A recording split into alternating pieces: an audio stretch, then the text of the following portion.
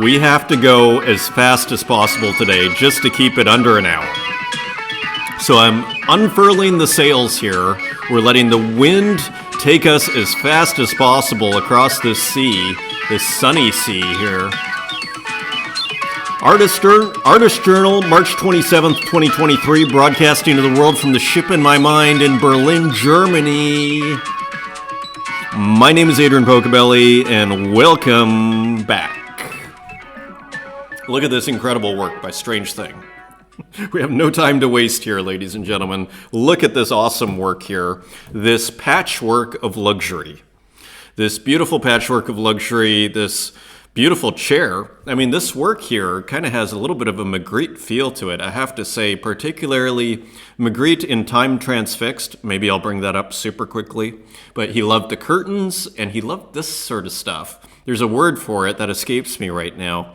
But yeah, this kind of stuff on the wall has unconscious written all over it, subliminal. But let's not miss the main show here, which is this beautiful contrast of luxury and patchwork. Almost because patchwork is taking, things that have been thrown away, rags that have been sort of stitched together, but then combining that, an old chair, but combining that with high fashion, with luxury. Louis Vuitton, so super cool. This also has a bit of a Magritte feel to it when he had those characters that when you're making a snowflake out of paper and you fold it up, you cut it out, and then you have the lattice, maybe you'd call it. That reminds me of Magritte too, oddly enough. I'll bring up Time Transfixed super quickly. I'll just show you this, exploring luxury items and furniture concepts using artificial intelligence. So taking things in a furniture direction, Magritte Time Transfixed. I just want to show you this work here. Let's see if we can get a decent version of it. Yeah, so you see here and there, it just kind of, and maybe that's more just my imagination there, but it kind of had a bit of a time, even in the color. This isn't a great rendering of it, but anyways, an awesome work by Magritte there. So Strange Thing has a very important message for all of us. AI won't replace jobs. Those who learn artificial intelligence will have enhanced intelligence, making them more valuable to businesses. Very true. Continuing on. As we continue to develop AI, it will complement and augment human abilities, not replace them. And that is definitely what I see when I use ChatGPT. It is stunning how quickly you can put, say, like a blog post together, stay ahead of the curve, and learn AI. And the important thing, I think the role of the editor is becoming increasingly important in the sense that exercising judgment, human judgment, and knowing when an article needs personality. Because the problem is, if, say, you use ChatGPT, for example, to write a blog post, it'll come out as very generic and bland. But it's not a terrible starting point where you can start to talk about, put your own person into that article. And then finally, the role of the copy editor, the person that reviews a news article, for example, or something for a magazine, the writer sends you their content. You don't really need copy editors anymore because you can basically put that article into ChatGPT and say fix grammar and punctuation, and you get the article back, and it's kind of very smooth, or just improve clarity or whatever, and then you get everything back. So if you know how to use that, Strange Thing is saying, you're going to be fine. But if you don't learn it, it's like not learning how to use email in the 90s. You're going to fall behind. So, you have to learn this. As Strange Thing says, stay ahead of the curve and learn AI, a very public service announcement courtesy of Strange Thing. And here's just some of the other works. The patchwork, this wonderful fashion concept of taking, these kind of scraps of material and then, putting them together, kind of you might say a low, quote unquote, low fashion or something that's not very expensive, and then putting a designer fashion brand on top of it. A wonderful fashion concept, worthy to me of like an actual fashion house. And look at how great this looks. Again, AI created model. So another industry that is bound to be disrupted, actors and acting, one would imagine one would imagine, but not necessarily. Maybe it's that unique human individual is what people want. And as we were saying with ChatGPT, the problem with writing that comes out of ChatGPT is it's very generic and kind of lacks personality. And maybe that'll be the same thing with actors and actresses, is we actually want real people because they have more personality. But we are just scratching the surface here. Anyways, look at this. Gorgeous, gorgeous. The color is absolutely stunning. I mean, this brown and this blue are very nice together. Again, you see this kind of low and high fashion kind of married here. Beautifully. Like just a wonderful concept. I mean, this person walking down the street, this person in a sense looks so good, I would argue that it almost would get them too much attention. That would be the biggest problem. Look at these stunningly gorgeous shoes, which I just feel like, when can we 3D print these things? And you see here, there is a tiny amount of AI distortion, maybe you can or can't see, but it is so tiny, all the wrinkles are being rubbed out of the distortion, the AI distortion. Thank you, everybody, for making my Saturday. It was a wonderful day. Sotheby's ad number 2 sold out thrillingly, and that is the second in this series. And Sotheby's is actually the topic of the day, as we're going to see here shortly. Just want to give a big shout out and thank you to all the collectors here.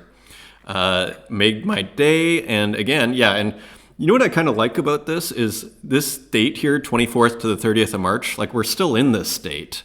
And it's kind of fun to do things in real time like that. So part of the pixel art sketchbook, and again, magnified twice. I should put that actually.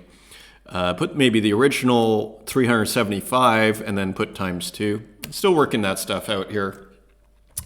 And we have a few comments here. Just going to touch on a couple of them. I always love the attention you give to pixel art. This is from Retro Manny. Great show again. Thank you. Pixel art, exactly. It's almost easy to forget. I keep saying this thing like, pixel art is high art because it's almost like we think of Minecraft and it's so appealing. It's almost feels like it should be for kids, and we see it in video games. But, like there's something to be said for pixel art. And I was even thinking this sort of straightforward kind of simple comment made me think like, I don't really see pixel art in galleries.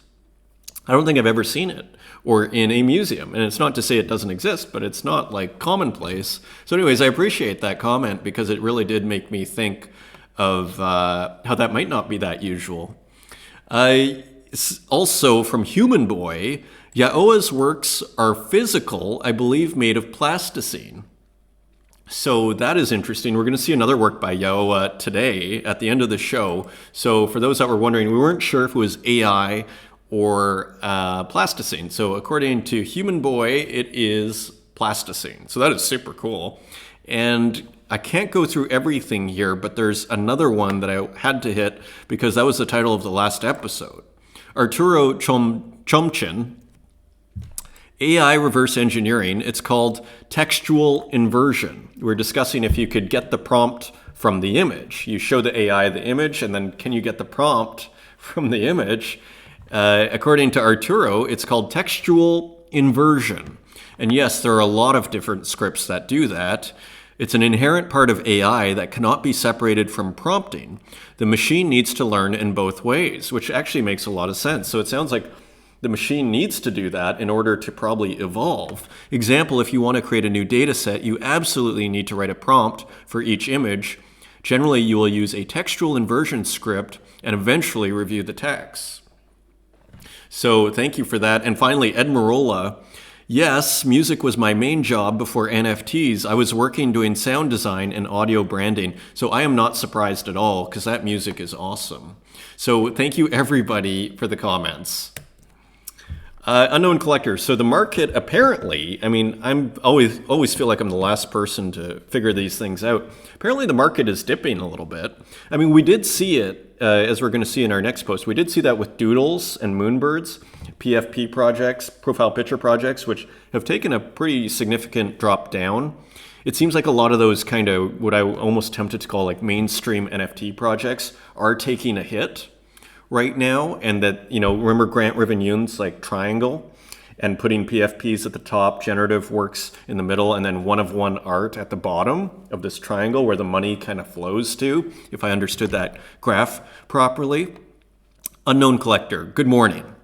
GM, we heard this phrase for months. Who is here for the art? I feel now we are about to find it out as sales are the slowest ever, morale is low, and more artists are very unsatisfied. I haven't seen any of this, but I'm sure it's probably true. I wish everyone a lot of patience, and hopefully you will get through this. I will stay here if you need moral support. I mean, I almost have to laugh, because I've been in the Berlin art scene and nobody makes sales. There are people, you can go years without making sales. So, yeah, I guess we're going to find out who's here for the art because, better times will come and I won't abandon this space at its lowest. If this is as bad as it gets, again, we're in the promised land over here. I know people who maybe in 3 years, maybe they make one $1,000 sale. I've been there, but they're still there. They still show up because that's what they have to do. So all to say, we'll survive. And people are still selling, as we're going to see here. So interesting comment, because I think it does help illuminate what's going on in the market there. And this also helps from Purple Drank, also known as Drank for Zeta. Public service announcement, PSA, Yuga Punks Doodles, all these big cap projects don't matter really. And in my opinion, will be irrelevant soon. So a provocative statement from Purple Drank. What matters is you buy the art you enjoy because it's aesthetically pleasing to you, so you might enjoy looking at it. It's also great moves to support artists you believe in. Too many hype-driven copies and SHIT art projects sucking the money out of the space. So interesting. So again, kind of a bearishness here, shall we say, on the kind of top of the triangle there of these PFP projects. I mean, I think Yuga Labs, who does the Bored Ape Yacht Club and CryptoPunks, I think they're still hanging in there pretty well. But Doodles has gone, it's at 3. I mean, we could check really quickly. OpenSea. Let's take a look at Doodles quickly. I mean, how are they doing here? They're still at 3.3, so there's kind of, we looked at this last time, but as you can see, it's going down. So let's see if it holds, because this may affect the art ecosystem, okay? Human Boy, again, sometimes I really feel like I goofed minting so much work before anyone was really collecting my art. Now I am sitting on a lot of unsold, untouched works, wondering where to go from here, but I'm still creating as well and have much more to share. It's a conundrum. Yeah, so I've been there. I think a lot of people have been there. And most people who, when you're new to the space and nobody knows who you are, that's basically what happens, because most people, like 90% of the time, what's going to happen is nobody's going to collect your art because nobody knows who you are, on and on. So then you can end up sitting on a lot of art. So what a lot of people do, what I did is I actually burnt a lot of it. So if you have editions of 25, maybe you reduce them to editions of 5. And then you don't need to list everything. You can just list one on the market. You don't even need to, there was one thing that I had 10 copies of. I burnt down to 1 of 1. And then I just decided, I think I want to keep that. I don't want to sell that for 10 Tezos or whatever it was. To me, it's worth way more than that. So I'd rather just keep that. So yeah, there's all sorts of things you can do. You can lower the prices, but if there are already 2 Tezos, I haven't looked, Human Boy, but there's all sorts of things you can do. And I wouldn't burn everything. Unless you want to get rid of a work. But again, if you have too much supply, there's easy solutions for that. Again, if you have 25 that are unsold or 1 sold, maybe you burn 20. That's one thing you can do. I mean, now I kind of wish I hadn't done that, because a lot of those works probably would have sold for the 5 Tezos and would have made a lot of money. But at the same time, I'm not so sad about it either, because now I have kind of these nice, low editions, and that's kind of funner in some respects from a collectability point of view. So anyways, there's lots of ways to adjust for that. Francois Gamma was scammed. Scam alert, I've been hacked by MetaW1935.world. So another scam. We had Dan Control, we had another one. A Twitter user with a deleted account made me download an app, so never, ever, ever do this, to see their project on this web, with the result of losing all my ETH and Tez funds from my wallet. I think I'm not the only one who has fallen into this trap. Yeah, so be very paranoid on any link that's sent to you. Like, I think I only click on links from people I know, and even then, I'm pretty reserved on that sort of stuff. You have to really just be incredibly paranoid. So, François Gamma, these are people who have been in the space for a couple of years at least, right? So it can happen to anybody. Rosetio, still exhibited at the Theater of Digital Art, Dubai. It's like a secret room. It's in a secret room exhibition. How cool is that? I guess it's not so secret if the room is huge like that. Thank you, Project 22 Art and Tudad XB, a comedy of an expensive error, will be listed on Foundation. Cool title, Rosetio. And look at how incredible that looks. More evidence in my mind that the way to display digital art is on a projector. And sometimes you can't, there are technical reasons why we can't always do this. But to me, it's very clear that this is the ideal way of showing digital artwork. I mean, you see it here, and it looks spectacular. Again, the alchemy of scale. Like when you make these things big, and digital can go big, they look stunning. I mean, look at this. You're enveloped in the work. What else is like that? It's like Michelangelo's Last Judgment. It covers a massive wall, and it looks incredible, right? So anyways. So this was the talk of the weekend on Twitter. I didn't catch all of it, but I'll tell as much as I figured out here. Natively digital glitchism. So I did see this because Uxine had a work in here and early on was posting it. Where is Uxine's work here? Here it is. And I was like, oh, cool, Uxine work, and let's see what's going on at Sotheby's. And so, what I thought when I first saw this was how much of this is... there's different definitions of glitch. As I learned in our Twitter spaces where Sabato was sharing this super interesting, talking about glitch theory and how the glitch is traditionally defined as a work that uses technology that's been disrupted. Say like a JPEG file where maybe you change the code of the JPEG and then it turns out and it's kind of screwed up. That would be a glitch. So kind of a disruption of a certain kind of technology. But as Sabato was pointing out, this definition has been expanded to include anything, at least in his opinion. He had a much more inclusive definition with anything that basically has a glitch-like characteristic. It's all kind of been, he has a much kind of wider definition from what I understand. Because see this work by OSF here, maybe we can click on that. So that was the first thing, and then we'll get to the main issue here. We'll see if this loads. Because this is just a flashing light, and so one might say, maybe it's not going to load.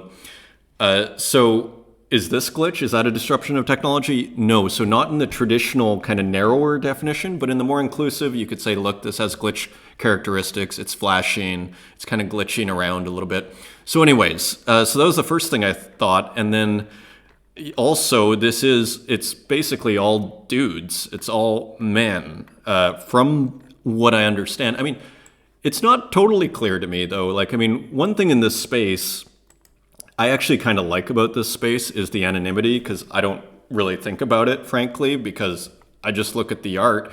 Maybe that's what this person was doing, but the mistake, but they're on Sotheby's here and they have to take a step back and go, are these all men? There's no female representation, in other words.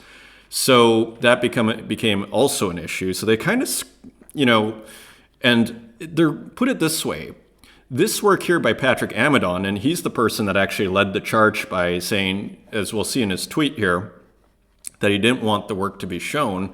So first of all, this is what we might call a traditional glitch work. Amadon's first glitch physical painting from 2013, which also stood out to me. The digital glitch effect was achieved solely through the manipulation of code in the Microsoft default application WordPad.exe. So this is what you might call traditional glitch. A technology is disrupting a file, okay? Now, so that's the first thing. So here we have a traditional glitch work, we might say. And this is another thing that stood out to me, though. This was made in 2013 and minted in 2023. So minted in 2023, and we had this whole discussion about minting older works, right? And how are they less collectible? It seems to be fine over here. And that kind of opens up a whole world in my world. So anyways, here's a static glitch. So they're all kind of combined, but there was a sense that maybe there wasn't enough of a hat tip or a inclusion also of what you might call traditional or glitch artists that have been around for a while, and then it's going out because it's Sotheby's, it gets a lot of attention, and then yeah. So it felt like to me what happened here was basically you probably had an unexperienced or curator who put this all together and who kind of maybe didn't know enough about glitch in its more traditional area, or didn't think of putting more representation in that area, and then also screwing up the representation by making it all men, which these days, I mean, it's like if you were to put a public company together, and the board of directors is all, men, that doesn't fly today. And so anyways, so that happened, and there's a huge amount of pushback, deservedly. And so Patrick Amadon led the charge here. I am pulling my work from the Sotheby's sale. While I believe it was a genuine oversight, and the team means well, and you know what?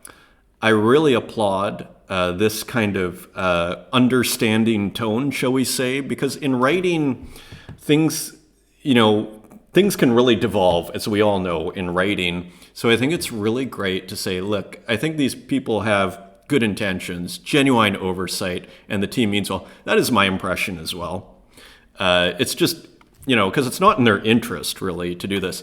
The lack of representation, while I believe it was a genuine oversight and the team means well, the lack of representation is a serious issue, and we need to address it in our space.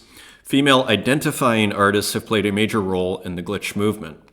So, yeah. So anyways, pulled the work from the sale. And again, a lot of you might know this whole saga much better than I do. I'm just trying to cover it for people like my mom who might be watching and might not know any of this was happening.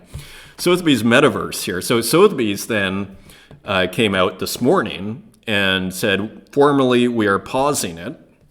Sotheby's is pausing natively digital glitchism to redress the imbalance in representation within the sale, and will relaunch with a more equitable and diverse group of artists at a later date. So they backpedaled, to their credit, right? And let's just see what else they say. We remain committed to working closely with the community to ensure sales are artist-driven and represent the breadth of digital artists. We appreciate the community for raising this concern and to the artists in the sale. Sounds like they sound like they're more than happy to backpedal on this. And thank you for supporting this decision. In tandem with the sale relaunching, we will also host an exhibition and a panel event at Sotheby's New York during NFT New York City, dedicated to the new curation and providing a platform for underrepresented communities of glitch artists who are active in the NFT space. More information on new sales dates and artist lineups to come. This decision will be reflected on Sotheby's.com soon, and we'll be in touch with current bidders shortly regarding next steps. Our DMs are open. I mean, in terms of a response, I don't know if you can ask for much more than this. I mean, they're completely backpedaling. They're going to fix all the wrongs, and then they're going to have a panel at Sotheby's New York, during NFT New York City, dedicated to the new curation. I mean, so to Sotheby's Metaverse credit, they seem to be wanting to fix it, eager to fix it, which is why, I think it's just probably an inexperienced curator who is, I think I was reading it was maybe some 26-year-old guy was the curator. I'm not positive on that. That was my impression. And so, again, just inexperienced. Sotheby's pauses, so this was out in the media. Sotheby's pauses NFT auction after glitch artist withdraws over lack of female artists. So Patrick Amadon, so this actually made a lot of waves, and so there you have it. And here's some reaction. So Sky Goodman, Maybe today was the reckoning we finally needed for people to finally understand that glitch art has been in existence way before the crypto space and has trans roots and has existed long before Xcopy gained popularity here. I've been trying to tell you all. This is a common refrain that we often hear about digital art in general, say with generative art as well. There is a sense sometimes from people who have been doing digital art for a while that the crypto space does not recognize what's happened before crypto, basically art that's digital that hasn't been minted. So Sky Goodman is calling attention to that here. And there was just a sense of the way they titled that show, there was a sense that it was maybe a little crypto-centric for the term, calling it like a glitch exhibition. Uxine. The auction at Sotheby's is pausing until another notice will relaunch with equitable form. I would like to state that we as artists are in contact with each other to make sure that everything is progressing as it should. And it was nice to see that no one had second thoughts about how things should work, at least. Exactly. I'm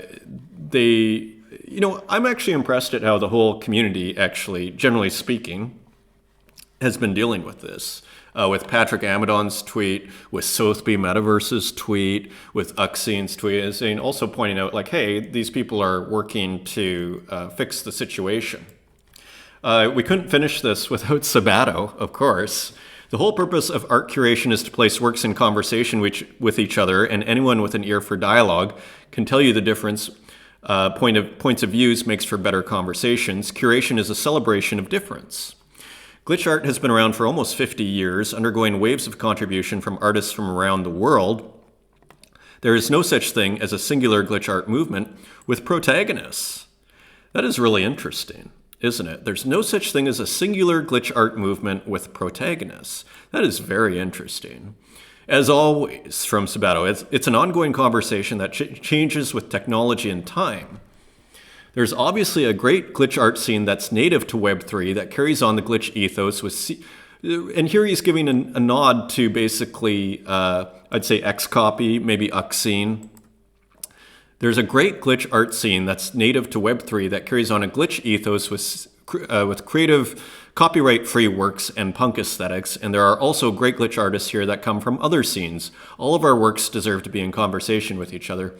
So I think fairly diplomatic. Again, I'm kind of impressed with the tone of a lot of what I'm seeing out there. Some of it's kind of brutal, but overall, I think it's just, I think it's really nice, and I think he's right.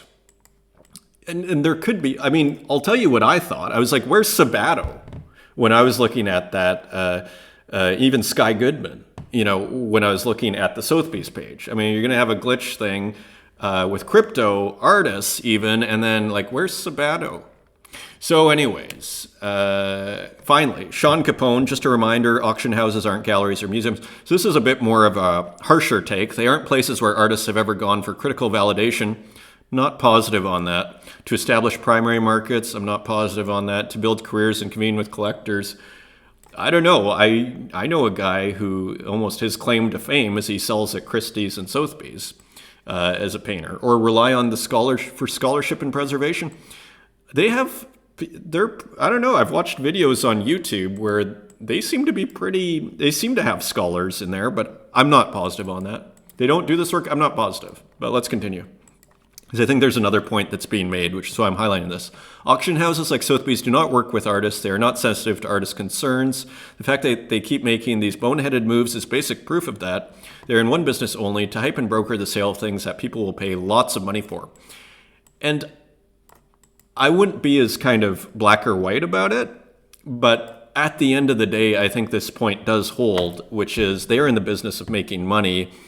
And if there was no money in, say, crypto art, I'm not sure that they would be excited to put on shows like this. I think that point is true. There's money to be made here. Okay. But yeah. So anyways, I think, again, my theory is inexperienced curator.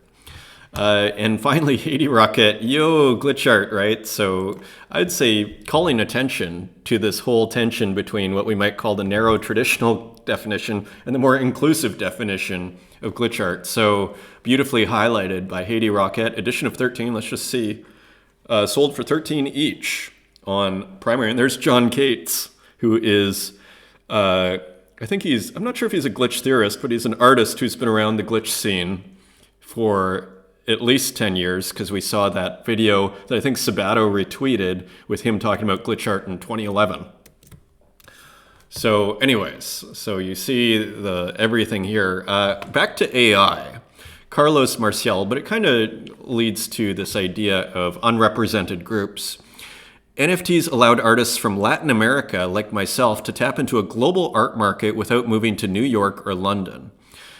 Amen, and absolutely. AI will allow builders, developers, and entrepreneurs from all over the global south to build amazing new technology without moving to the Bay Area. So calling attention to how AI, really, it's kind of like back to that pandemic idea where you move out of the city. I mean, it's totally possible these days with technology. And if you're as productive as Strange Thing with your AI, you could probably work for all sorts of people. So anyways, very interesting, and I totally agree. Clio. So again, playing with AI here, and almost in the physical world, coloring AI works. Being an artist means you never grow too old to dust off the Crayolas and create something amazing. Being an AI artist means I can skip the pens and get straight in. So I guess the next natural question is, who fancies shading in between the lines with me today? So here are some works from Clio, and so it's almost hard to tell. Like, I assume this was printed out, but it's almost hard to tell what's going on here, what's real. You can tell the shoes have been made with AI, but I'm not quite clear, and I assume that the colors have been colored. I'm not sure, though. Actually, this whole thing looks like AI, because look at the pencil. So I thought this was an example of physical work, but these are probably all AI works. So the plot thickens here, because I was getting into, because look at this awesome stencil. Beautiful stencil by Matias LaPlata. End of experiment number 1, no mint. What do you think? Pretty cool, Matias. A nice stencil here. So beautifully done.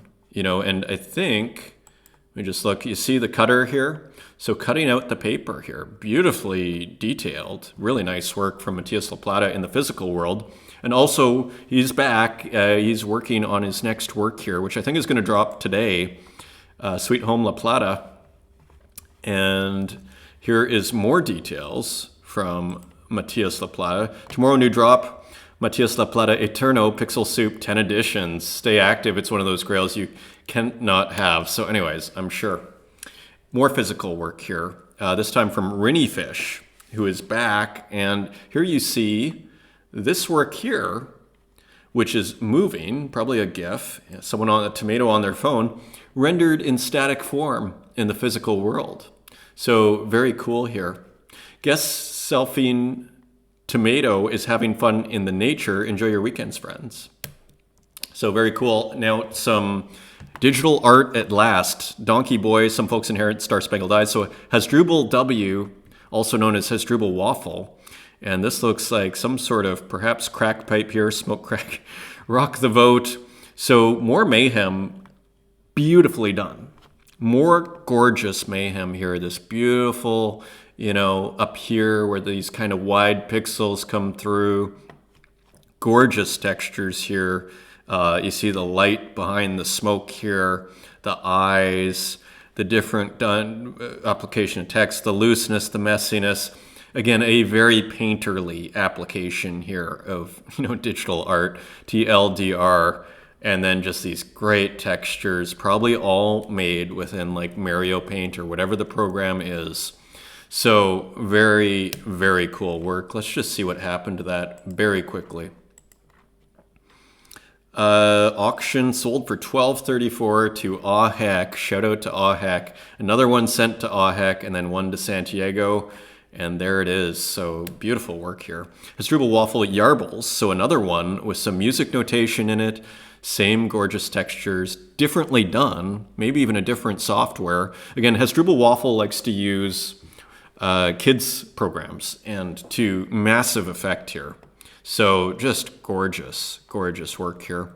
Yarbles. And kind of more humorous work here, Wyeth Study Number 1, Study of the Study for Barracoon by Andrew Wyeth, featuring sigmoidoscope, GM, so kind of more humorous work here, but again, you get these incredible textures here along this frame, the treatment of the body and everything. I mean, just amazing, just amazing. You know, and here is what looks like a different program, Wyeth Study Number 2.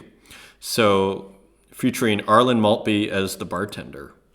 So anyways, all sorts of humor going on here, and kind of funny. So anyways, just gorgeous work. Zoom in, raw steak oats. So this is Rustic Digital Arts with what looks like a play on a cereal box. And we're gonna have to run through the rest of this episode here. But someone eating some characters here from what looks like Super Mario, oat-based cereal. So anyways, just very cool work. This is a 101. It went for 70 Tezos. Demon Ego has a new work, some windows you don't want to open.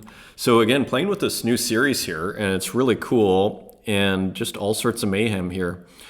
So there it is. I mean, just playing with this new series, basically with, you know, as you can see here, like windows from an operating system and all sorts of textures. Very cool series, Undefined Disorders. And a work from Santiago. And this is only 2 frames, but it looks like more, but it's 2 frames. And basically, this is a really interesting concept of taking an abstract or any kind of work and then processing it differently, which we can do with digital. I mean, there's 1,000 different ways you can process an image. And here it's being processed one way where we see more pixelation. Then you just show one, show the other, and there is your work. Very cool. Seed for the End of the World, edition of 20, and 3 are left, 8 Tezos. Capin with another work, Roadless Travel. Kind of a mystical feeling work, as Capin likes to do here. And a star on top, 2, 4, 6, 8 pointed star, interestingly. And just some very nice textures here. Beautiful work from Capin. An open edition, open for another 11 hours, only 12 minted, $3.33 price. A beautiful work by Ed Marola on Foundation. Dagger, 0.2 ETH. Let's make it bigger. So this movement and everything is kind of coming together here. The evolution continues. I've been seeing a lot of skeletons. I'm not sure why in Ed and other people's work. I'm not sure if there's a thing going around to do skeletons. But anyways, there's a sword. And anyways, just, I mean, totally unique artwork here. And what looks like a chalice in the foreground here. Reserve of 0.2 minted yesterday. And here's more work. Horn Demon Crying. And this also kind of playing with the trails and the ancient themes. This almost looks like a skeleton that you'd find in Tanzania in Olduvai Gorge, where they found Lucy, I believe. And almost like rock painting or, you know, cave painting type stuff on top. Interesting textures. Just really beautiful, interesting work from Ed, edition of 30, price of 10 Tezos, 28 left. Picnic. So we have some music here. Picnic 2. It was supposed to be a picnic camping trip, but the forest was on fire. So let's play the music here. There we go. Some experimentation here.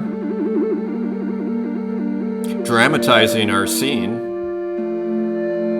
And this Ko'e Con Camp 2023. And this goes for 1:23, and these beautiful textures here. So again, we're just seeing the depth here of this whole scene.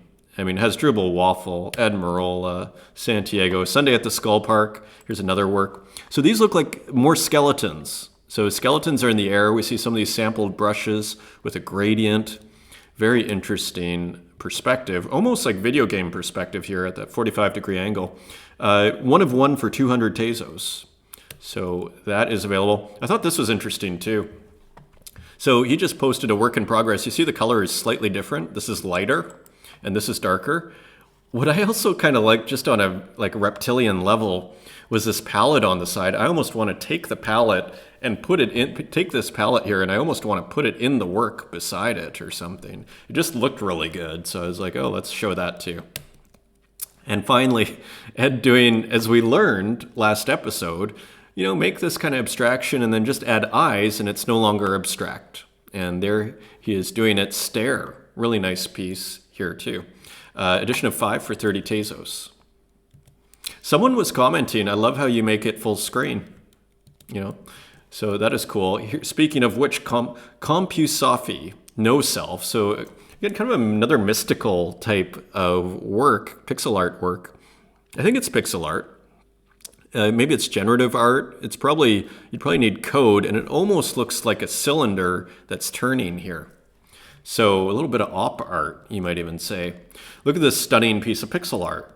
Anis Abdin, wishing you a pleasant day, pixel art. And this is a really beautiful contrast here because we see the yellow sun rays here coming in onto the water, and then the super sharp pixels here in these yellow dithered pixels that show up. This is a stunning piece, and look at how well it did. 146,000 views. So yeah, pixel art, and even signed here. Just very, very, very cool. Let's see if this loads up. Otherwise, we will move on. This is super cool. Glad it did. Black Cat Adventure. So check this out. This is almost a play on Mario Brothers, I assume. But it's a cat. So how weird and cool is that? I just think that's super cool. Form function, so keeping it going to the end, because they're going to shut down, as far as I understand, in 4 days. So this is, I'm not sure when it was minted. Okay, it was minted way back when, so I must have just saw this on Twitter. But super cool. Miyagi. So here's another cool pixel artwork, Sylvie Pixel, with almost a 20,000 leagues under the sea type submarine here, made out of Tide boxes, or this is like a Tide container on its side, laundry container, and then turned into a submarine. I mean, this is hilarious. Then a little light. Super cool. Sylvie Pixel, tomorrow on Nifty Gateway, which is probably today. That was yesterday, so you can get that on Nifty Gateway. Atomic Motor, Tom Bombadil. So interesting piece as ever, keeping a new composition and new ideas, driving down the road with rain and windshield wipers and what looks like a stick shift gear. Anyways, always super interesting, and even a dispatch sort of walkie-talkie type thing.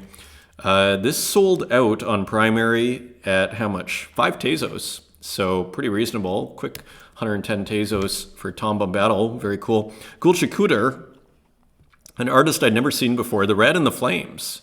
So just stuff on fire here with a red filter, or not filter, but just a red hue, burning my personal stuff. So interesting. And I think I brought up Gulchikuter's page here. I love pixel art, but there's something I love even more, burning everything. So that is the theme here. And you see the basketball net on fire, the chair, the TV, and even the coffee making. And Gogolitis, this was interesting. I'd never seen or heard of Dan Kelly before. Thank you, Dan Anthony Kelly. I have one of my sons who would like to do like his dad. He wants to create things, and so he started to play with Sprite. But to open his imagination about the process, I showed him your work as an example. So here's the work. Just sent this 10-year anniversary gift for Draw a Dog Tuesday to all the fans of the series. Thank you to everyone who enjoys and supports this project. So maybe it's been around for a while. And thank you, NFT Biker, for the tools to make this airdrop so simple. I've actually never used NFT Biker's tools, but this really makes me want to use it, because probably what you can do is just select all people who have collected your work, hit go, and it probably sends your work as a gift, an airdrop to collectors, I'm assuming. So I'm going to have to load that up, and because that just sounds like too much fun. I'm way overdue for doing that. So edition 230 and available for 10 Tezos. So just kind of interesting and fun from Dan Anthony Kelly. Flora Marquez with a cool drawing, as usual. And I think, yeah, this is called Remember. So interesting kind of enigmatic title here with the bird, and almost as if the person used to be a bird and has been reincarnated or something. That's what makes me think of. Maybe you think of something else. Remember, March 24th, 2023. Notable Pepes. So this is by, I believe, although it's not clear, I believe Alien Queen made this, because this is totally in her style. And so pepe.wtf, I went to the page and I didn't see the work actually, but I think you can find it. Anyway, I thought just a nice painting to share from the Notable Pepe series. And here's another one, Quila Nina, with another, Calling the Rain, with another mystical work. This is done in Procreate, so this is digital, because we know Quila Nina does a lot of physical work, which we've also looked at. And anyway, just kind of an interesting use of, this looks like lightning here, perhaps, or is it a mountain here? So not clear, but interesting work, isn't it? And maybe this is just a big mountain. So anyways, praying, was it Calling the Rain? 5,000 by 5,000 pixels, available for 9 Tezos on secondary. Mikey Wilson, if you're going through hell, keep going. I really like the direction Mikey Wilson's going with his artwork. It's feeling more painterly. It's more mysterious. You have these great figures. A lot of good things are happening here. Very interesting work from Mikey Wilson. So bad vibes in the air, but we keep moving. So very interesting work.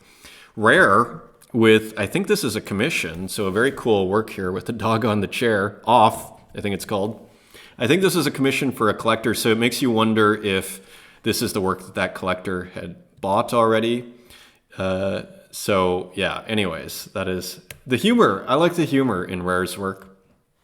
Unusual work from from Bizaya called Balance. And we see GM in the background here, Order, Chaos, Forticulture. And so anyways, kind of a mysterious work from Bizaya, but just kind of interesting. And this is a work from an artist who was sent to me. Rogue Sincerity is the artist. Kind of has a bit of an airbrush feeling to it, or even spray paint or something. Maybe airbrush in the work here. And all these ancient references, say to like almost Greek vase here, but with modern and ancient iconography, like a UFO or a dinosaur here. So anyways, and a skateboard on top. Interesting series. This is already, there's a bid for it for 0.1. So things are moving still, as we've seen throughout this episode. But you wonder, maybe the big priced works, we'll have to look at the super rare bot, and also maybe Agor. Shout out to Agor if he wants to put together the numbers. I'd be happy to highlight that here. See, there's almost ancient kind of, I think you'd say that's Persian, the winged gods sort of thing. So anyways, interesting work. The Benevolence of a Cruel Deity from Rogue Sincerity. Ricano with almost a Spagels Maskinen sort of thing. New company PCs. So anyways, cool kind of playing with the retro monitors here. And there is another one, buy for 50. So this sold out on primary. I think it was pretty cheap, 2 Tezos. And here are some more with yachts driving through computers. Almost plays with that Tide submarine that we're looking at here. Plays with that theme, computer navigation. So there you go. This is gorgeous. Koda Nakazono does it again. Look at how beautiful this is. Yeah, first of all, this gradient in the background, stunning colors with this pink that goes to orange. Then putting one of the most beautiful kind of things is semi-opaque white over top. Beautiful, big, chunky pixels. Then this pearl-like organic biomorphic form here. And even in the background here. And then just straight black over here with this green, paperclip type form. Stunning work from Koda Nakazono for $12.40. Available on secondary. What did this sell for? For $5 only. So this sold out right away here. So anyways, super nice work. And here's a couple more. Continuum number 85. So very nice. And Continuum number 86 almost has dribble waffle type colors. And that really interesting kind of soft spray here. Anyways, very interesting work from Coda. And Tezos is back with more lawn furniture. Could have used a chair like this yesterday at the barbecue. And just a nice outdoor piece of furniture. And future patio chair number 2, buy for 5 Tezos available. And a 1-of-1 at auction for 50, future patio chair number 3. So more outdoor furniture in celebration of spring from Tezos. Continue on, Dr. Version with a cool pyramid scene, number 11. So again, playing with a lot of hardware, I believe, and just playing with the pyramid as a way to experiment. So anyways, cool work, available for 5, sold out. And LB with a super cool work, raw VHS distortion CRT rescanned in 24 frames per second. In a sense, like, if I was doing the Sotheby's, wouldn't you love to just put some LB up there? I would put Ballet Dancer, I think it's called. I'd put one of those up there. But I mean, that's Tezos. I don't know if these are on. I don't know if the Sotheby's show was Ethereum or Tezos. It actually wasn't clear, at least not to me. Here's a work by Ellie Lowe. And let's see if we can get that going. Kind of humorous work here. Original recipe, so there you have it. So another interesting work, Trash Bag FGE number 56 by Ellie Lowe. Sky Goodman, spring fashion line for the Crying Poet number 1. Seems like they're working on a slightly different aesthetic here, which is super interesting, isn't it? Edgy, very edgy. So anyways, cool colors and everything. Shot in rural Finland, AI Kicks collab with post-processes and analog glitch textures made from vintage video hardware. Super interesting. Images of the week, spring over artificial memory. So here's a dynamic version of what we've been looking at these last few weeks here. So that is an interesting experiment here with these gorgeous, again, kind of Rauschenberg-esque compositions in the background. Available for 10 Tezos, edition of 4, 3 left. So still available. Santiago with an AI work, I believe, yes. The art party calmed my rage, and I can say hi and hug your pets. So interesting work from Santiago, AI work, with some repetitions in there. And Ile, Camellia's Burn, so flowers burning here, number 1, available for only 1 Tezos here. So flowers burning, interesting subject matter from Ile. AI flowers, and continuing, look at these works by Tezos. Just really stunning works. I found a few of them. Just super interesting. Just had to highlight these. Tezos is continuing. Tezos is really growing too. Like 22,000 followers. Like doing really well. You see 35 retweets. Like Tezos is really doing well. 8,000 views. That is impressive. Marina Amadova with a new work, Everlasting Feminine, composition number 9. So a beautiful raw AI work with that interesting, almost matte palette here, color palette, and almost flowers. They look like flowers. Everlasting Feminine, composition number 9, kind of half abstract. And this is interesting too. Henri, New Week, New Opportunities, Unminted Biogen. So it looks like super high res. This looks like Midjourney 5. I think this is AI. So again, more impressive kind of biological imagery, kind of along the lines that we're seeing with Santiago, but completely different. Here we go with Sabato, continuing his Autopia, I think is how we say it. We'll look in a second. So again, more experiments with AI, Midjourney 5, I do believe. And here we have the figures with the wings and everything. It's almost like Camp Creme. It's just, it's almost like Sabato just kept going. Autotopia is the name of the series. You carry the weight of the sublime. Generative AI photography, documenting humans and their cars, created with Midjourney V5 and edited with Gigapixel and Photoshop. So keeping things very interesting. Let's just see, just minted, not for sale. La Mélange Sociale, another Autotopia work where every showroom is a party room. So Sabato continues to have fun over here. And anyway, cool work. Let's see how it did. Minted, not for sale yet. This is by, I believe, Anna Dart. The World Is Yours. So again, it looks like more just really stunning AI work, probably Mid-Journey, and just, novel imagery, novel color combinations, and super kind of high definition. Interesting, you look at the hands though, the distortions are still there, the AI distortions in the hands there. So they do remain. And also Anna Dart. This is another super high-res work. Most favorite, why settle for a boring AI assistant when you can look at one with a bold blue hair and striking red lips? So again, what looks like super high-res Mid-Journey work, I'm guessing. Also, Evelyn 02, and this sold, and this came out, listed in Punkasso World. So, and by Evelyn 02, and just sold on the 24th.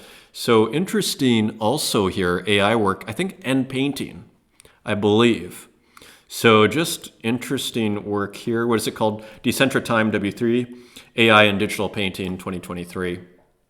Half an ETH. And look at Don't Be So Vasya with this awesome work here. Reserve of 0.069, so nice and affordable. And you see the combination of, I believe, AI and painting here. Really nicely done with the gray here and everything. So it just continues to be super interesting in the AI area. And a couple more here, Dreaming Digitally, Summer Garden Reverie. It's a miracle I kept this show under an hour, actually. So here's one. Let's see if we can do that for 5 Tezos. And we have another one for 50 Tezos, edition of 1, The Promise of Tomorrow. Beautiful color here. And also this work here, edition of 11 for 5 Tezos, Nature's Wisdom. So Dreaming Digitally has released a whole bunch of works here in the last couple of days, I believe. And also Delconte Draws. So I believe this is a physical work. So very interesting, but it almost looks like stitched. So hard to say. And a cover of Playboy. Grandma ran out of patterns. Censored Entertainment. So interesting. Edition of 25 for $350 and 7 left on primary. 1992. Really interesting. I wonder if this is actually stitched in real life or not. I'm not sure. And finally, Threesomes, Young Decathlon Insert. So continuing with the sports, kind of sepia sports theme. Really cool and beautiful here. So another physical NFT work with beautiful painting on a trading card. From Threesomes here, edition of 23, sent to the, what does he call it? Sent to the Grotto, I believe. That's what you'd call it. And here is the artist we were telling you about, Joao Salazar. So this is, according to Human Boy, real plasticine. So how cool is that? The Thinker is what that looks like to me, based on Auguste Rodin's The Thinker, which we can bring up another time. And this is a show I went to on Friday. I'll show you the pictures. I'll put them on Instagram, actually, in my stories there. Maybe I'll show them tomorrow. This show is going so long. But anyway, it's just an interesting artist here. I believe Chinese, and she was at the exhibition. Just, these are all canvases that are put together. So you see the 3 canvases, and they don't line up, and the lighting is always slightly different. Just a mysterious, interesting art exhibition. That was Friday. That was just pure Berlin art scene. I have pictures. I will show them to you. Thank you again for joining me. We're gonna keep it to under an hour here. So thank you again. Until next time, take care.